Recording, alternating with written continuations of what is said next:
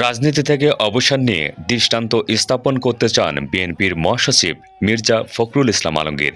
তিনি বলেন, দেশের রাজনীতি থেকে সরে দাঁড়ানোর কোনো সংস্কৃতি নেই। সেই জায়গা থেকেই তিনি একটি উদাহরণ তৈরি করতে চান।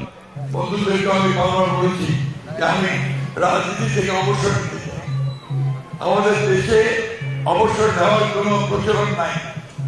আমি এটা শুরু করতে চাই, কারণ একটা সময় আছে যখন প্রত্যেকটা মানুষের অবসর নিয়ে তার পেছনে ফিরে তাকানো দরকার।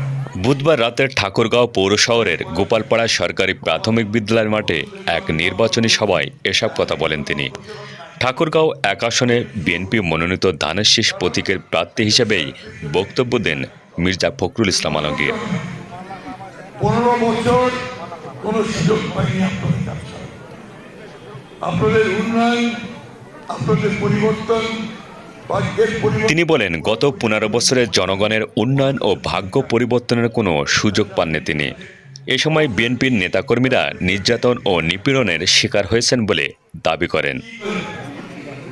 অনেক ছেলেদের বিরুদ্ধে, মানুষের বিরুদ্ধে মিথ্যা মামলা হয়েছে, অনেকগুলো মামলা হয়েছে এবং অনেক কষ্ট করেছে।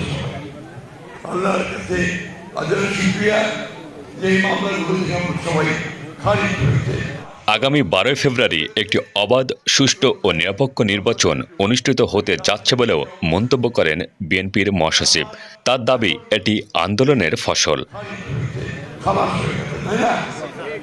আমরা আগামী 12 তারিখে আমাদের এই আন্দোলনের ফসল হিসাবে আমরা একটা অবাধ, সুষ্ঠু নির্বাচন করছি।